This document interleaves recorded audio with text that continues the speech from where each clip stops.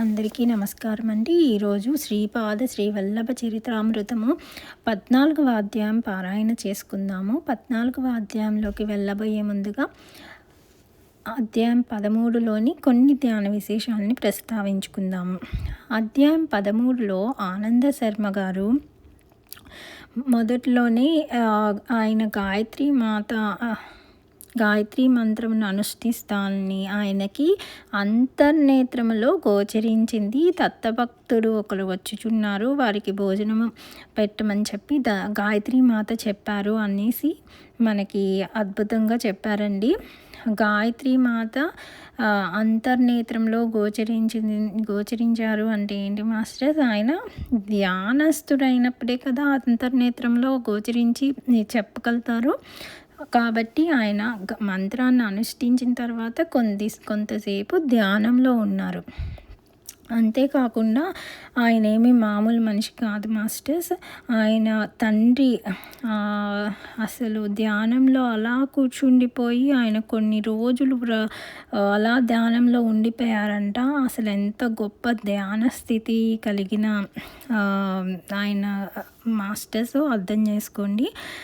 రేయింబవళ్ళు ఆయన ధ్యాన స్థితిలో ఉండిపోయారంట. అది కూడా వచ్చింది కదా మాస్టర్స్. అంతేకాకుండా ఈయన ఆనంద శర్మ గారైతే ఆయన అసలు కణ్వ మహర్షి గారి తపోభూమిని దర్శించి ఆయనతోనే మాట్లాడిన గొప్ప వ్యక్తి మాస్టర్స్. ఆయన ఏమీ మామూలు మనిషి కాదు, చాలా చాలా గొప్ప దివ్యాత్మ స్వరూపులు అని చెప్పవచ్చు మాస్టర్స్. అంతేకాకుండా శ్రీపాద శ్రీ వల్లభుల వారి పూర్తి అనుగ్రహం అతని యందు ఉందని మనకి అధ్యాయంలో తెలుస్తుంది. అంతేకాకుండా ఈ అధ్యాయంలో అసలు ఎన్ని విశేషాలు, యోగ రహస్యాలు, సాధకులకు ఎన్నో రహస్యాలు చెప్పారు మాస్టర్స్. గాయత్రి మాత సర్వాక్షర మహిమా వర్ణన చేశారు. గాయత్రి మంత్ర వివరణ అద్భుతంగా ఇచ్చారు మాస్టర్స్. ఇంకా దోచౌపాతి దేవలక్ష్మి అను వాక్యముకి ఎంత అద్భుతంగా వర్ణన చేశారంటే గాయత్రి మంత్రము 9వ నంబరు 8వ నంబరు దానికి సంబంధించిన అద్భుతమైన వివరణ ఉంది మాస్టర్స్. యోగులు మహోన్నత స్థితిని పొందినప్పుడు త్రికోణాకారమున మహజాజ్వల్యమానముగా ప్రకాశించు బ్రహ్మయోనిని దర్శింపగలరు. దీని నుండియే కోటానుకోట్ల బ్రహ్మాండములు ప్రతిక్షణము ఉద్భవించుచుండును అని ఇంకా చాలా చెప్పారు మాస్టర్స్. ఇవన్నీ కూడా అసలు గురువులు వద్ద ఎంతో సాధన చేసిన వారికి మాత్రమే అసలు ఈ పదాలు అర్థమవుతాయి మాస్టర్స్. బ్రహ్మయోని గురించి అక్కడ ఏం జరుగుతుంది అవన్నీ కూడా అద్భుతంగా వివరించారు. అసలు ఒక్కొక్క పదం ఈ అధ్యాయంలో చాలా శక్తివంతమైన అసలు రహస్యము అనిపిస్తుంది మాస్టర్స్. ఇంకా మండల దీక్ష శ్రీపాద శ్రీవల్లభ స్వామి వారి చరితామృతం పారాయణ వలన కలుగు ఫలితం. అసలు పారాయణ చేస్తే ఎలా వస్తుంది మనకి? అసలు పారాయణ చేయడం వల్ల అసలు మనకి ఎందుకు మనం అనుకున్నవి జరుగుతాయి, అది ఏ విధంగా జరుగుతుంది అనేది కూడా అద్భుతంగా వివరించారు మాస్టర్స్. ఈ యొక్క చరిత్ర మాత్రమే కాదు, అసలు మనం ఏ దేవుని చరిత్ర చదివినా పారాయణ చేసినా అసలు భగవంతుణ్ణి ప్రార్థిస్తే మనకి ఎందుకు మంచి జరుగుతుంది, మనం కోరుకున్న కోరికలు ఏ విధంగా నెరవేరుతాయి, అసలు ఆ రహస్యాలన్నీ చాలా అద్భుతంగా వివరించారు మాస్టర్స్. అసలు అధ్యాయంలో ఒక్కొక్క పదం ఒక్కొక్క అద్భుతం, అసలు ఎంతో శక్తివంతం మాస్టర్స్. దయచేసి ఈ 13వ అధ్యాయాన్ని చాలా స్థిమితంగా ప్రశాంతంగా పదే వినండి మాస్టర్స్. ఎన్నో విషయాలు తెలుస్తాయి మనకి. ధ్యానానికి సంబంధించిన విషయాలు కూడా చాలా తెలుస్తాయి మాస్టర్స్. రోజు ధ్యానం చేయండి. 10 నిమిషాలు చేసినా చాలు మాస్టర్స్, కానీ కరెక్ట్గా చేయండి. రోజు ఒకే టైంకి కూర్చొని చక్కగా ధ్యానం చేయండి. 10 నిమిషాలు చేయండి, అదైనా సరిపోతుంది. ఆ తర్వాత మీ ధ్యానం మీ యొక్క శక్తి మీరు పెంచుకునేది మీ అన్నీ ఆటోమేటిక్గా నెమ్మదిగా జరుగుతాయి. కానీ 10 నిమిషాలైనా సరే కరెక్ట్గా ఒకే టైంకి ఒకే చోట కూర్చొని అద్భుతంగా ప్రతిరోజు అదే టైంకి చేయండి. ఎన్నో అద్భుతమైన విశేషాలు మనం ఇంకా తెలుసుకుందాం మాస్టర్స్. ఇప్పుడు 14వ అధ్యాయం పారాయణ చేసుకుందాము. శ్రీపాదరాజం శరణం ప్రపద్యే. అధ్యాయము 14. దత్తదాసునకు అభయ ప్రదానము. నేను కొన్ని దినములు ప్రయాణము చేసిన తదుపరి ముంతకల్లు అను గ్రామమును చేరితిని. బాటసారులను ప్రశ్నించగా కొద్ది రోజుల ప్రయాణముతో కురువగడ్డ చేరగలనని చెప్పిరి. శ్రీపాదల వారిని భౌతికముగా ఎప్పుడు దర్శించెదనా అని మనమున ఎంతయో ఆతురతగానున్నది. ఒక చేతిలో కళ్ళు ముంతను ధరించిన వ్యక్తి ఒకడు వచ్చుచుండెను. నేను పండితుడను కాకపోయినను బ్రాహ్మణుడనైన కారణమున ఎంతో కొంత ఆచారమును పాటించువాడనగుట చేతను ఆ కళ్ళు వాసన నాకు ఎంత మాత్రము ఆమోదయోగ్యము కాని కారణమునను నేను పయనించు దిశలోనే ఆ వ్యక్తి వచ్చుచుండట నాకు వేదనను కలిగించెను. శ్రీపాదుల వారి నామమును ఉచ్చరించుచు వడివడిగా నడుచుచుంటిని. నాకంటే వేగముగా ఆ వ్యక్తి నా వద్దకు చేరెను. నేను నీ వద్దకు వచ్చుచుండగా నా నుండి దూరమగుటకు ప్రయత్నసలుపుట భావ్యమా అని అతడు ప్రశ్నించెను. అంతటా ఓయి నీవెవ్వడవు, నాతో నీకేమి పని అని నేను అడిగితిని. దానికతడు బిగ్గరగా నవ్వెను. గుప్పుమని కళ్ళు వాసన వచ్చుచుండెను. నేనెవడనో తెలుసుకొనుటకు ముందు నీవెవ్వడివో, ఎందుండి వచ్చితివో, నీ పయనము ఎక్కడికో తెలుసుకొనుట యుక్తమనెను. కళ్ళు నమ్ముకొను వారు కూడా ఈ ప్రాంతముల వేదాంత సంభాషణ చేయు సమర్థులు కాబోలనుకుంటిని. దారిన పోవు వారందరినీ అతడు బిగ్గరగా పిలిచి తన వద్దకు రమ్మనెను. ఇంతలో కొంత గుంపు అచట చేరినది. ఆ కళ్ళు నమ్ముకుని వ్యక్తి, అయ్యా, నేను ఈ ప్రాంతములో కళ్ళు తీసుకొని అమ్ముకొని వాడను, ధర్మబద్ధముగా జీవించు వాడను. నాకు తాటి చెట్టే కల్పవృక్షము. నేను చెట్టునెక్కి కళ్ళు తీసుకొని వచ్చినంత వరకును ఈ బ్రాహ్మణుడు చెట్టు కింద నా కొరకు వేచియుండెను. నేను బ్రాహ్మణుడనైనను కళ్ళు త్రాగుటకు అలవాటు పడితిననియు, చెల్లించుటకు తన వద్ద పైకము లేదనియు, కాస్త కళ్ళు పోసి పుణ్యమును పొందవలసినదనియూ కోరెను. నేను వల్లే అంటిని. నేను కళ్ళు పోయిటకు సిద్ధపడినంతలో మనుష్య సంచారము ఎక్కువగా నుండుటను గమనించి నలుగురి ఎదుట కళ్ళు త్రాగినచో తన బ్రాహ్మణత్వమునకు కలంకం ఏర్పడునని వద్దనుచున్నాడు. నేను వాగ్దాన భంగమునరించిన మహాపాపినవుదును. మా కులస్థులకు ఇది అమృతముతో సమానమైనది. అంతటి అమూల్యమైన కళ్ళును బ్రాహ్మణునకు తాగుటకు పోసిన ఎడల విశేష పుణ్యము లభించును గదా అని ఆశతోనున్నాను. నా ఆశలను ఈ బ్రాహ్మణుడు వమ్ము చేయుచున్నాడు.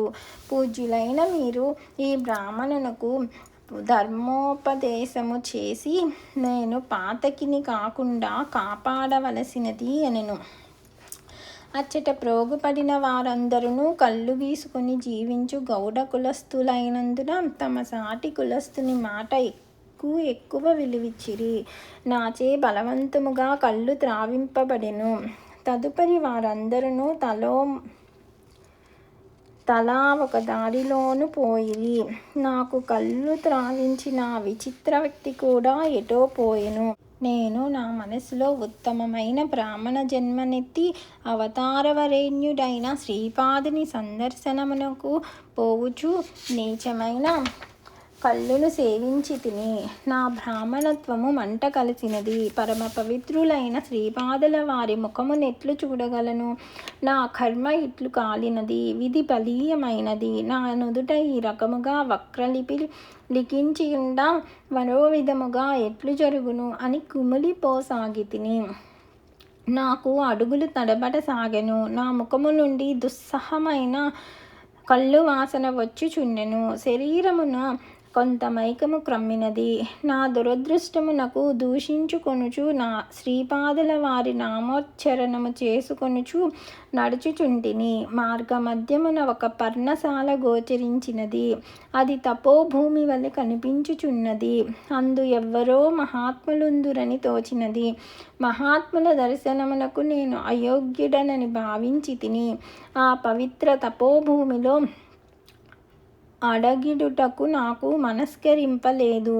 అందునను కళ్ళు తాగిన ఈ స్థితిలో పవిత్ర ఆశ్రమ ప్రవేశము కూడా బహునింద్యమని తలంచి తిని నేను నా దారిన పోవుచుండా వెనుక నుండి ఒక వ్యక్తి చప్పట్లు చరచుచు, ఓయి శంకరభట్టు, ఆగుము, నిన్ను తమ ఆశ్రమమునకు తోడ్కొని రమ్మని దత్తానంద స్వాముల వారి ఆజ్ఞ అని ఉచ్చైర్స్వరమున పలికెను.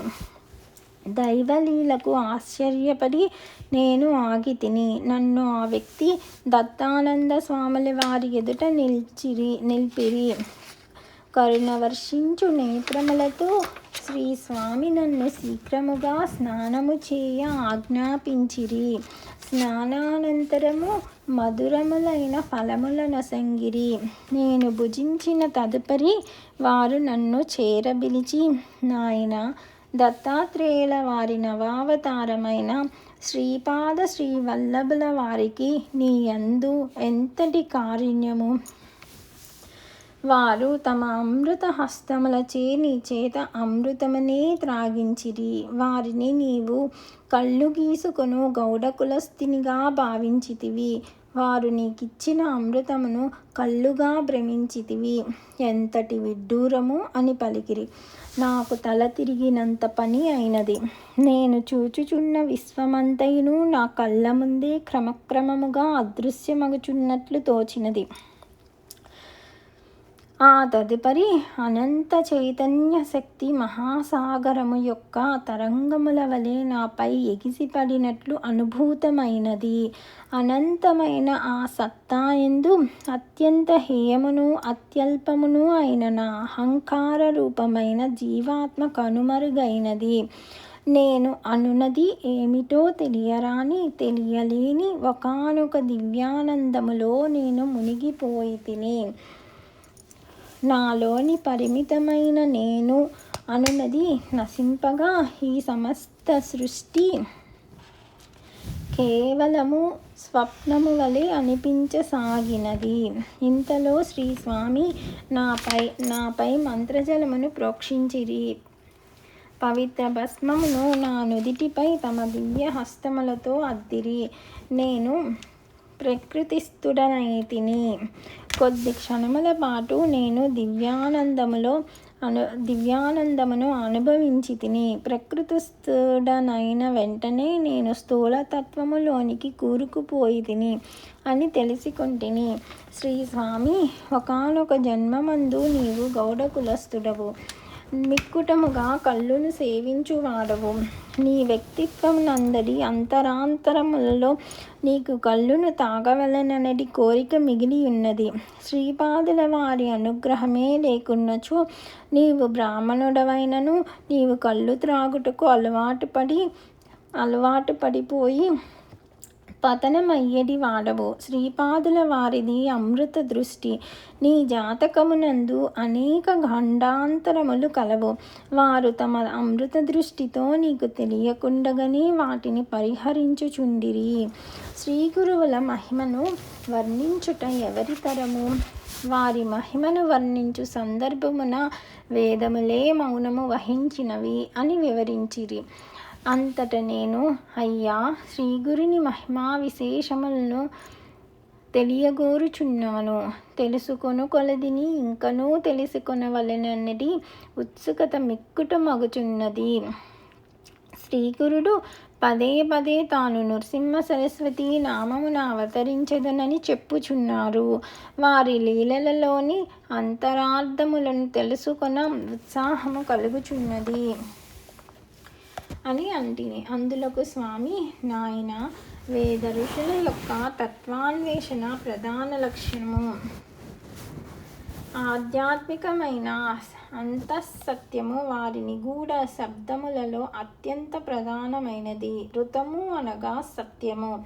ఇది ఆత్మసత్యము, వస్తు సత్యము. దీనిని వారు కర్మకాండకు అనుసారముగా వ్యాఖ్యానము చేయనప్పుడు సత్యమనియు, యజ్ఞమనియు, జలమనియు, అన్నమనియు రకరకములుగా చెప్పిరి. అదే సరస్వతీ శబ్దము కూడా మిక్కిలి విశిష్టమైనది. సరస్వతీ నది అంతర్వాహిని. దీనిని వర్ణించినప్పుడు సత్యవాక్కులను ప్రబోధించున్నదిగాను, ఋత ప్రబోధమును గావించున్నదిగాను, భావనా సమృద్ధమైన చైతన్యమును ప్రబోధించున్నదిగాను, ఋత ప్రబోధమును గావించున్నదిగాను, భావనా సమృద్ధమైన చైతన్యమును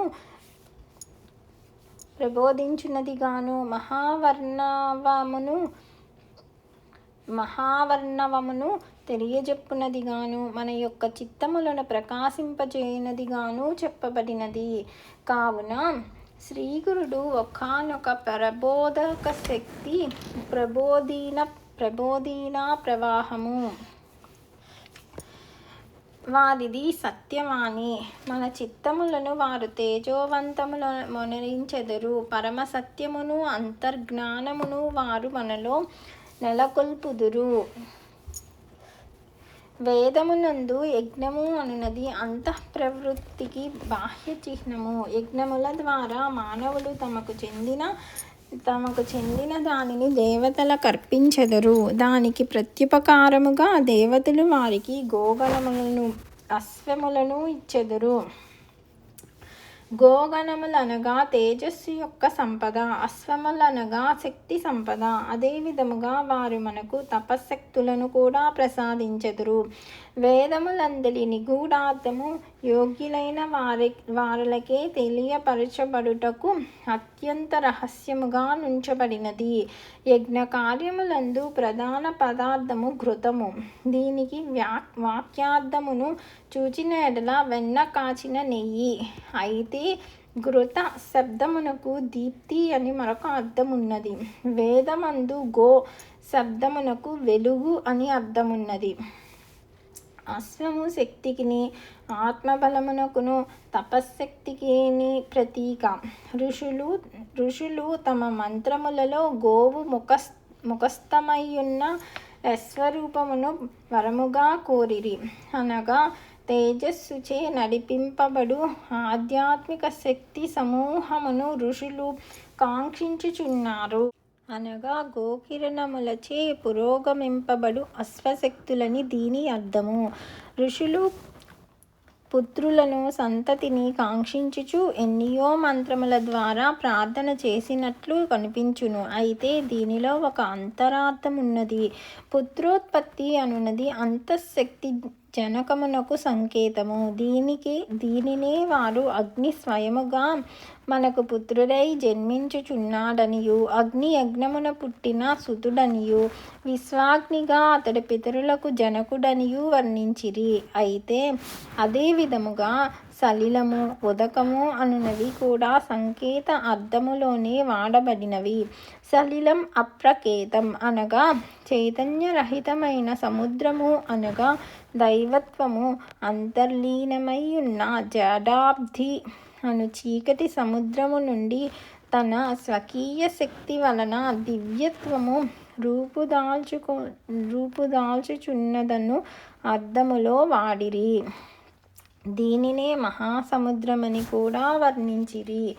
ఋషులు ఒకానొక సూక్తములో సరస్వతి తన అంతర్జ్ఞాన కిరణములలో ఊర్ధ్వ సలిలములను మనకు గోచరింపజేయుచున్నదనిరి. వేదములందు చెప్పబడిన సప్త స్రోతస్వినులకు కూడా అంతరార్థమున్నది. అవి స్వర్గ విభూతులు. పరాశర మహర్షి సలిలములందు వసించు జ్ఞానమును విశ్వప్రాణమని చెప్పియున్నారు. గోవులను హరించు దోపిడిగాండ్రను వృత్రులని దస్యులని పేర్కొనిరి. వృత్రుడు తేజస్సును అనగా గోవులను, సలిలములను, పరమ సత్యమును, ఊర్ధ్వ చైతన్యమును ఆచ్ఛాదించి రహస్యముగా తన స్వాధీనమందుంచుకొను రాక్షసుడు. ఇటువంటి నీచకృత్యముల నొసగూర్చునట్టి శక్తులే వృత్రులు. వీరే ధన్యులు. తమ శక్తులు సత్యజ్ఞానమును అన్వేషించు వారికి ప్రబల విరోధులు అని వివరించిరి. ఔదుంబర వృక్షమునకు ఇచ్చిన వరములు. నరసింహ సరస్వతి అవతార వైశిష్టము. నాయన, శ్రీ మహావిష్ణువు హిరణ్యకశ్యపుని సంహరించుటకు ఔదుంబర వృక్షము యొక్క కొయ్య స్తంభము నుండి నరసింహ స్వామిగా ప్రత్యక్షమై ప్రహ్లాదుని రక్షించెను. ప్రహ్లాదుడు రాజయ్యను. కొంతకాలము తరువాత 2 ముక్కలుగా విరిగిన ఆ కొయ్య స్తంభము చిగుర్చుటనారంభించెను. అచ్చట ఔదుంబర వృక్షము రూపొందెను. ప్రహ్లాదుడు విస్మితుడై ఆ ఔదుంబరమును పూజింపసాగెను. శ్రీ దత్తాత్రేయుల వారు ఒకనాడు ఆ ఔదుంబర మూలమున ధ్యానస్థులై దర్శనమిచ్చి ప్రహ్లాదునకు జ్ఞానబోధ చేసిరి. ప్రహ్లాదునకు ద్వైత సిద్ధాంతము నందు ఆసక్తియుండుటను గమనించిన శ్రీదత్తులు, నీవు కలియుగమున యతివేషధారివై దీనజనోద్ధరణ చేయగలవనియు ద్వైత సిద్ధాంతమును ప్రచారము చేయగలవనియు వానిని ఆశీర్వదించిరి. పరమ పవిత్రమైన ఔదుంబరము మనుష్యాకృతిని దాల్చి శ్రీదత్తుని చరణ కమలములపై బడి తనకు కూడా వరమిమ్మని కోరెను.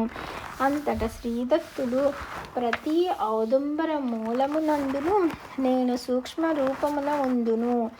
నీ నుండి నరసింగాకృతి వెలువడిన కారణమున కలయుగమునందు నృసింహ సరస్వతి నామము వహించి అవతరించెదనని వాగ్దానము చేసిరి. ఇదంతయును పైంగ్య బ్రాహ్మణము నందు వర్ణింపబడినది. ఈ పైంగ్య బ్రాహ్మణము ప్రస్తుతము సప్త మహర్షుల తపోభూమి అయిన హిమాలయమునందలి సంబల గ్రామము పరిసరములందు మాత్రమే నిలిచియున్నది. మిగిలిన చోట్ల లుప్తమైపోయినది. ఉన్నవా లేదా అను ప్రశ్న ఉదయించినప్పుడు తాను ఉన్నానని తెలియజెప్పుటకు జడమైన స్తంభము నుండి ఆవిర్భవించిన ఆవేశావతారమే శ్రీ నరసింహస్వామి. అదే విధముగా కలియుగమునందలి జనులు కల్మషచిత్తులై దైవం ఉన్నాడా లేడా అను కుతర్కములు చేయునెడ తాను ఉన్నానని రుజువు చేయుటయే గాక ప్రహ్లాదుని రక్షించిన రీతిన భక్త సంరక్షణ చేసెదనంటకు సూచనప్రాయముగా వారు నృసింహ సరస్వతీ నామమున అవతరించెదరు. అంతటా శ్రీ స్వామి వారిని, అయ్యా, మీరు శ్రీపీఠికాపురమున శ్రీపాదులు వారిని దర్శించితిరా అని వారి బాల్యలీలను వినుటకు మనస్సు ఉవ్విళ్ళూరుచున్నది అని అడిగితిని. శ్రీపాదుల వారి అద్భుత లీల. శ్రీ స్వామి ఇట్లు చెప్పసాగెను. నాకు చిన్నప్పటి నుండి నత్తి ఉండేటిది. అందరూ నన్ను హేళన చేయువారు. దీనికి తోడు నాకు ఒక వింత జబ్బు పొడమినది. 5వ సంవత్సరము నుండి ఈ జబ్బు ఉధృతమవసాగెను. 1 సంవత్సరము గడుచుసరికి 10 సంవత్సరముల వయస్సు పెరిగినట్లుండేటిది. నాకు 10 సంవత్సరముల వయస్సు వచ్చునాటికి 50 సంవత్సరముల పైబడిన వృద్ధినికుండు లక్షణములు రాసాగెను. శ్రీ పీఠికాపురమున బాపనార్యుల ఆధ్వర్యములో యజ్ఞము జరుగుచుండెను. బ్రాహ్మణులకు మంచి సంభావనలు ఇవ్వబడుచుండెను. విద్వత్తు కలిగిన వారలకు భూరి దక్షిణలు ఇయ్యబడుచుండెను. శ్రీపాదుల వారి మహిమా విలాసములను కర్ణాకర్ణిగా వినియుండుటచే మా నాయన నన్ను కూడా యజ్ఞమునకు తీసుకుని పోయెను. శ్రీపాదుల వారి వయస్సు 6 సంవత్సరములు మించదు. యజ్ఞమునకవసరమైన ఘృతము సేకరింపబడెను. ఆ ఘృతమునంతను ఒక వృద్ధ బ్రాహ్మణుని ఆధీనమునందుంచిరి. అతడు లోభియే గాక దురాశాపరుడు. ఘృతమునందలి ఒక వంతు భాగమును తన ఇంట రహస్యముగా దాచివేసి మిగతా 3 వంతుల భాగమును మాత్రమే యజ్ఞ కార్యక్రమునకు యాగస్థలికి పంపెను. యజ్ఞము ప్రారంభమాయెను. ఘృతము సరిపోదని యాజ్ఞికులు తలపోసిరి. అప్పటికప్పుడు ఘృతమును సేకరించుట కష్టసాధ్యమైన పని. యజ్ఞమునకు ఇటువంటి విఘ్నము కలుగుట అందరికిని చింతాజనక విషయమాయెను. శ్రీ బాపనార్యులు ప్రశాంత వదనముతో శ్రీపాదుల వారినవలోకించిరి. అంతటా శ్రీపాదుల వారు నా ధనమును అపహరింపవలెనని కొందరు దొంగలు రాజ్యాధికారమును చేపట్ట యోచన చేయుచున్నారు. నా పేరిట ఈ పీఠికాపురములో గొప్ప దర్బారు ఏర్పాటు కానున్నది. నా ధనమును అపహరింపదలచిన వారిని లోనికి రానిచ్చెదను. వారు ఆ ధనమును తీసుకుని బయటకు వచ్చినప్పుడు ద్వారము వద్ద రహస్యముగా నిలబడి దుడ్డు కర్రతో ఒక్కటి వేసెదను. దానితో కొందరు అక్కడికక్కడే చత్తురు. మరికొందరు నా ధనమును విడిచిపెట్టి పలాయనము చిత్తగించెదరు. నా ధనమును అపహరించు వారి ఇంట జ్యేష్ఠపత్ని సమేతముగా శనైశ్వరుని నివసింపమని ఆజ్ఞాపించెదను అని పలికిరి. శ్రీపాదుల వారి మాటలు ఎవరికినీ అర్థము కాలేదు. భవిష్యత్తులో ఎప్పుడో జరగబోవు సంఘటనలు గురించి చెప్పుచున్నారనుకొనిరి. ఇంతలో శ్రీపాదుల వారు ఆ వృద్ధ బ్రాహ్మణుని పిలిచి తాళపత్రముపై అమ్మా గంగామ తల్లి, యజ్ఞ నిర్వహణకవసరమైన ఘృతమును ఇయ్యవలసినది నీ బాకీని మా తాతగారైన పైండా వెంకటప్పయ్య శ్రేష్ఠి తీర్చగలరు. ఇది శ్రీపాద శ్రీవల్లభుల ఆజ్ఞ అని వ్రాయించిరి. ఈ లేఖను పైండా వెంకటప్పయ్య శ్రేష్ఠికి చూపిరి. వారు అంగీకరించిరి. ఈ లేఖను తీసుకుని ఆ వృద్ధ బ్రాహ్మణునితో సహా 4 పాదగయా తీర్థమునకు వెళ్ళిరి. ఆ లేఖను ఆ తీర్థరాజమునకు సమర్పించిరి.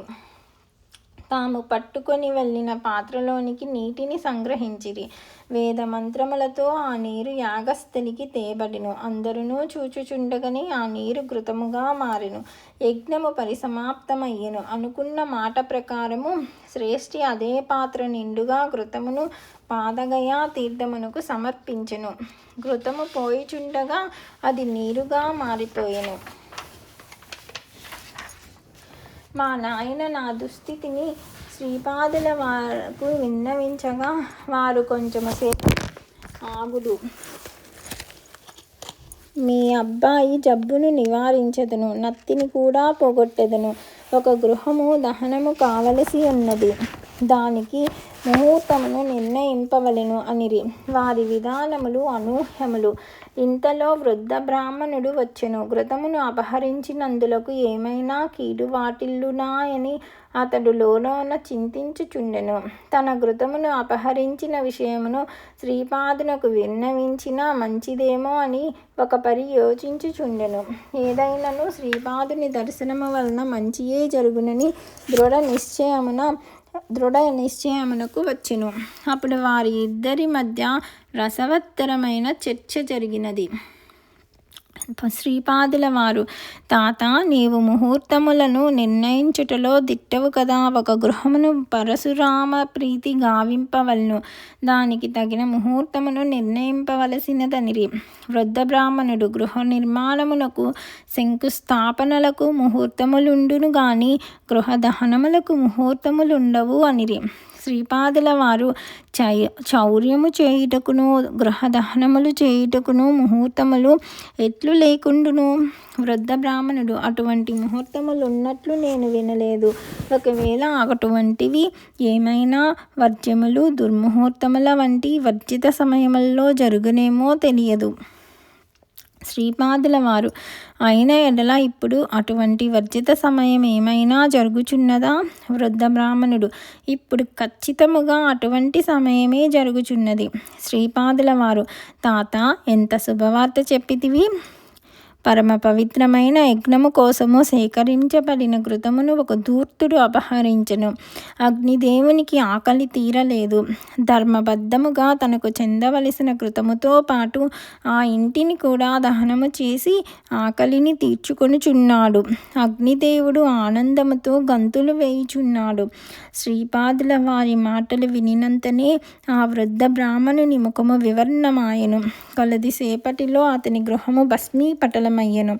భస్మము గావించబడిన గృహము నుండి భస్మమును తీసుకొని రావలసినదని ఆ వృద్ధ బ్రాహ్మణుని శ్రీపాదుల వారు ఆదేశించిరి.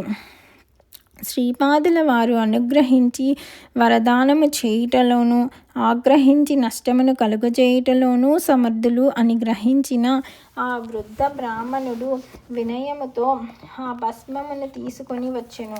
ఆ భస్మమును నీరుగల పాత్రలో వైచి నన్ను తాగమని శ్రీపాదులు ఆజ్ఞాపించిరి. ఈ విధముగా 3 రోజుల పర్యంతము చేయమనిరి. మేము శ్రీ బాపనార్యుల ఇంట అతిథులుగా నుంటిమి. నా నత్తితో పాటు దేహమునందున్న విచిత్ర వ్యాధి కూడా నా నుండి తొలగిపోయెను. నేను స్వస్థుడనైతిని. శ్రీపాదుల వారు తమ దివ్య వరదహస్తమును నా మస్తకముపై నుంచి శక్తిపాతము చేసి ధన్యుని చేసి, ఈనాటి నుండి నీవు దత్తానందుడను పేర ప్రసిద్ధుడవయ్యదవుగాక, గృహస్థాశ్రమము స్వీకరించి లోకులకు ధర్మబోధ చేసి తరించెదవుగాక అని ఆశీర్వదించిరి. తదుపరి శ్రీపాదుల వారు, ఓయి నీవును ఈ వృద్ధ బ్రాహ్మణుడును పూర్వజన్మమున కలిసి వ్యాపారము చేయుచుండెడి వారు. వ్యాపారమునందు వైషమ్యములు పడమి ఒకరినొకరు హననము చేయుటకు ప్రయత్నించుచుండిరి. ఒకానొక దినమున ఈ వృద్ధ బ్రాహ్మణుని ఇంటికి వచ్చి ప్రేమతో పాయసమును తాగించితివి. ఆ పాయసమునందు నీవు విషమును కలిపిన విషయము తెలియక ఆ వృద్ధ బ్రాహ్మణుడు ఆ పాయసమును త్రాగి మరణించెను. నీకు తెలియకుండా ఆ వృద్ధ బ్రాహ్మణుడు అదే సమయమున కొందరు కూలివాండ్రను నియోగించి నీ గృహమునకు నిప్పంటింపచేసెను. నీ గృహము కాలి భస్మమయ్యెను. గృహమునందలి నీ భార్య కూడా సజీవ దహనము చెందెను. ఇంటికి వచ్చిన నీవు సర్వస్వమును కోల్పోయి ఉండుటను గాంచి గుండె నొప్పితో మరణించితివి. నీవు గతములో విషప్రయోగము చేసిన కారణమున ఈ జన్మలో ఈ వింత వ్యాధికి లోనైతివి. నీ గృహమును పూర్వజన్మమున ఆ వృద్ధ బ్రాహ్మణుడు దహనము చేయించిన కారణమున అతని గృహము ఈ జన్మమున భస్మీపటలము గావించబడినది. మీ ఇరువురిని కర్మబంధముల నుండి నా ఈ లీల ద్వారా విముక్తులను చేసితిని అని పలికిరి. శ్రీపాదుల వారి అనుగ్రహమును పొంది నేను ఇంటికి తిరిగి వచ్చితిని. వేదశాస్త్రములందు పండితుడనైతిని. ఆ వృద్ధ బ్రాహ్మణునకు శ్రీ నరసింహవర్మ నూతన గృహమును నిర్మించి ఇచ్చెను. శ్రీపాదుల వారి ప్రమేయముతో మా ఇరువురి కర్మబంధములు విచ్ఛేదన మగుటచే అనంతర కాలమున ఇరువురుకును మేలు మాత్రమే జరిగెను. వారి లీలలు దివ్య లీలలు. వృద్ధ బ్రాహ్మణునకు నూతన గృహము సిద్ధించెను. నాకు వ్యాధి నశించి నత్తి కూడా పోయి పండితుడనైతిని. సాక్షాత్తు శ్రీకృష్ణ పరమాత్మ ఆధ్వర్యములో జరిగిన కురుక్షేత్ర సంగ్రామము యజ్ఞము వంటిదయ్యెను. శివుడు లేకుండా చేయబడిన దక్షయజ్ఞము రణరంగముగా రూపొందెను. ఇందలి ధర్మ సూక్ష్మమును గుర్తెరింగుట మంచిది. నాయన శంకరభట్టు, సకల దేవతలను తేజస్సంభూతులు. అదితి అనంతరూపిణి. ఆమె సంతానమే దేవతలు. మానవుని ప్రవృద్ధికిని పురోగమనకును వారే కారకులు. దేవతలు నరునికి తేజస్సునిచ్చువారు. మానవుని ఆత్మపై దివ్య చైతన్య సంపదను వర్షించువారు. వారు సత్య పోషకులు. దివ్యలోకమునకు నిర్మాతలు. మానవుల సంపూర్ణ మోక్షమునకు అవ్యాజానందమునకు విఘ్నములను కలిగించు దుష్ట శక్తులను జోడించువారు. ఋషులు దేవతల సాక్షాత్కారము పొంది వారి వివిధ కార్యకలాపములను పరిశీలించిన తదుపరి వారిని రకరకముల నామములతో వర్ణించిరి.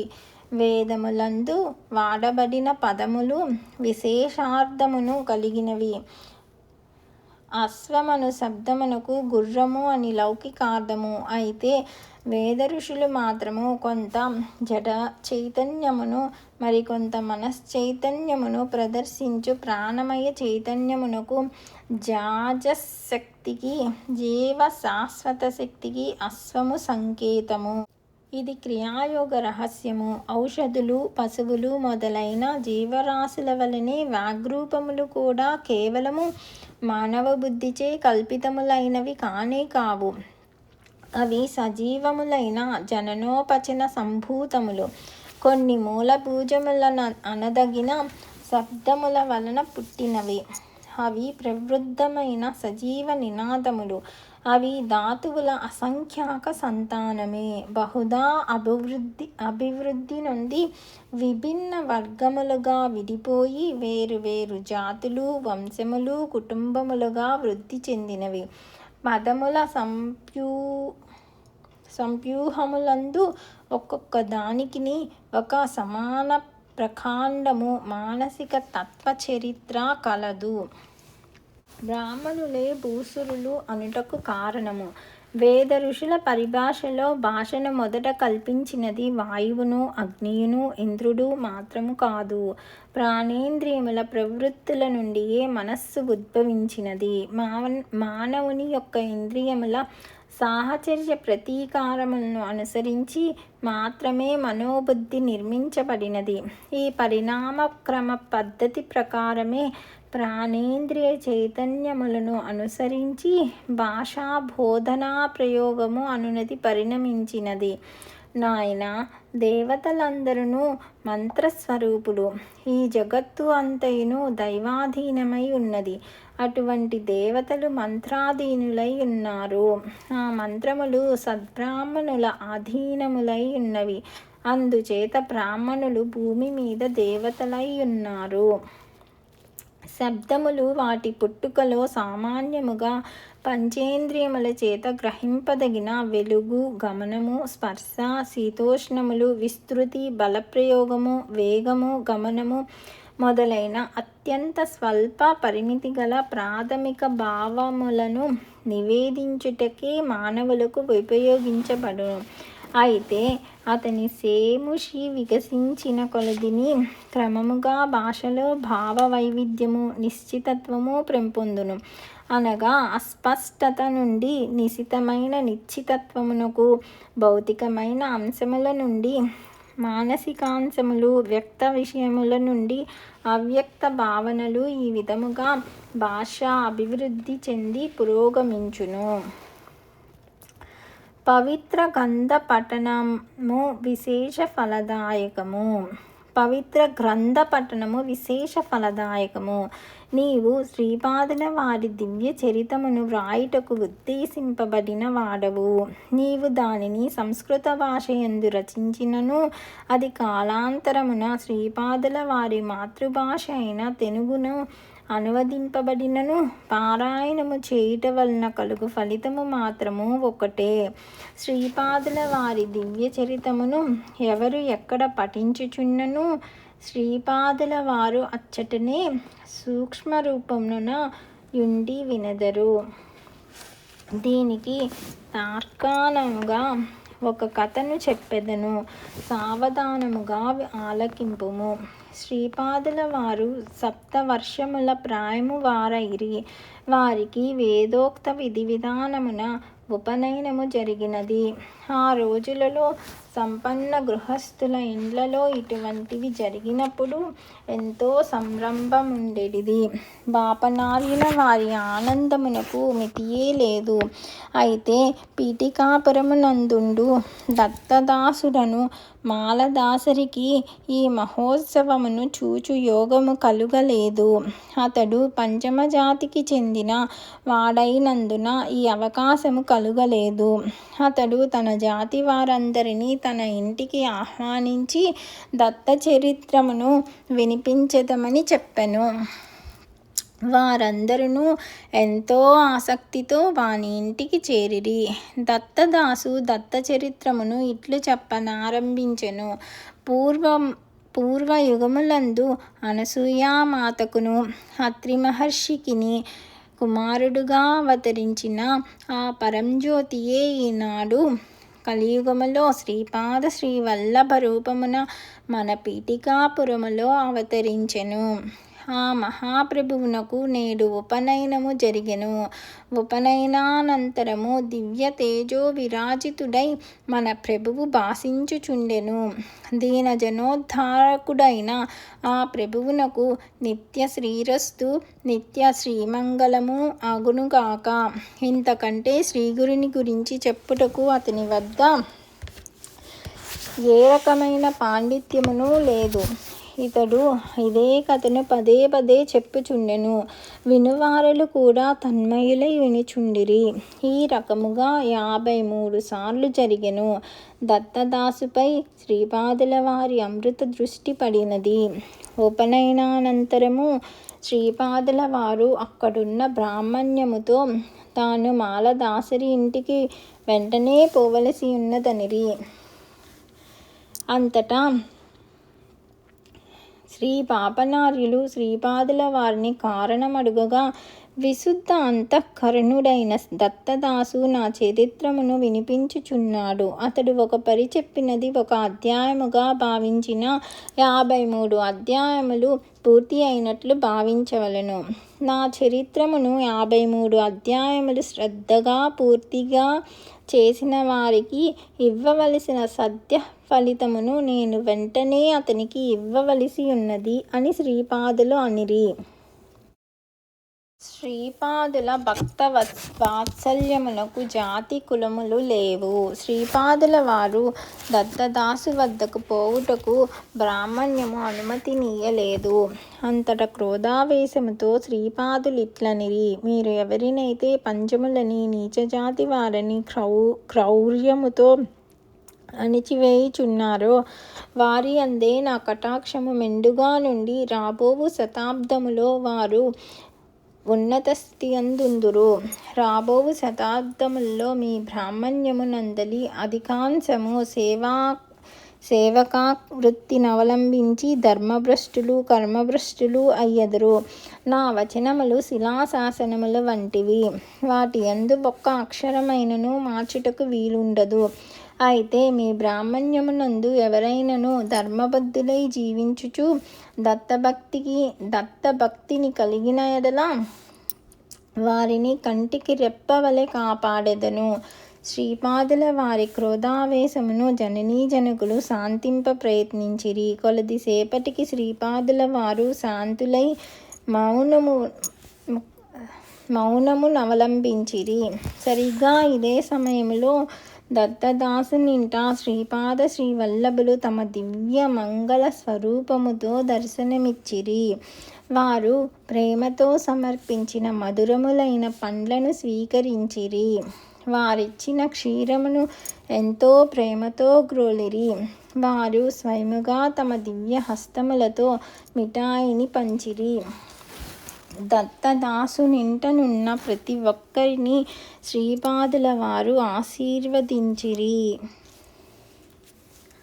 నాయనా శంకరభట్టు, చూచితివా శ్రీపాదుల వారి దివ్య ప్రేమ. వారు భావనా మాత్ర సంతుష్టులు. వారికి కులగోత్రాదులతో కానీ మరే విధమైన భౌతికములైన విషయములతో కానీ ప్రమేయమే లేదు. దత్త ప్రసాదమును అంత్యకులజుడు సమర్పించినను భక్తితో స్వీకరింపవలెను. ఆలక్ష్యము చేసిన ఎడల కష్ట నష్టములకు గురియగుదురు. శ్రీపాదులు భక్తులకు తెలిపిన 12 అభయ వాక్యములు. శ్రీపాదుల వారు దత్తదాసుని ఇంట పలికిన వచనములను శ్రద్ధగా ఆలకింపుము. నా చరిత్ర పారాయణము చేయబడు ప్రతి చోట నేను సూక్ష్మరూపమున ఉందును.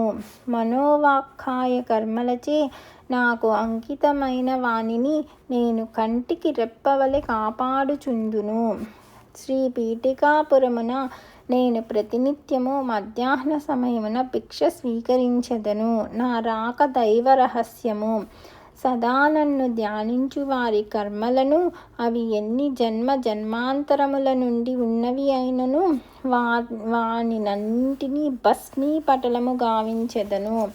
అన్నమో రామచంద్ర అని అలమటించు వారికి అన్నము పెట్టినచో నేను ప్రసన్నుడనయ్యదను. నేను శ్రీపాద శ్రీవల్లభుడను.